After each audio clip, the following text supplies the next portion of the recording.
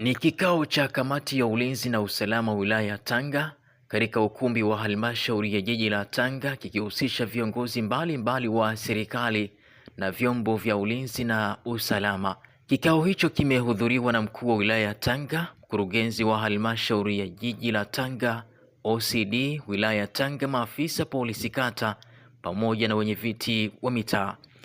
Kikao hicho washiriki walijadili mada ya namna sahihi ya ulinzi, ambapo msisitizo ulioweka katika kuimarisha ulinzi shirikishi kwa kushirikiana kwa ukaribu kati ya wananchi na jeshi la polisi ili kudhibiti na kuzuia vitendo vya uhalifu.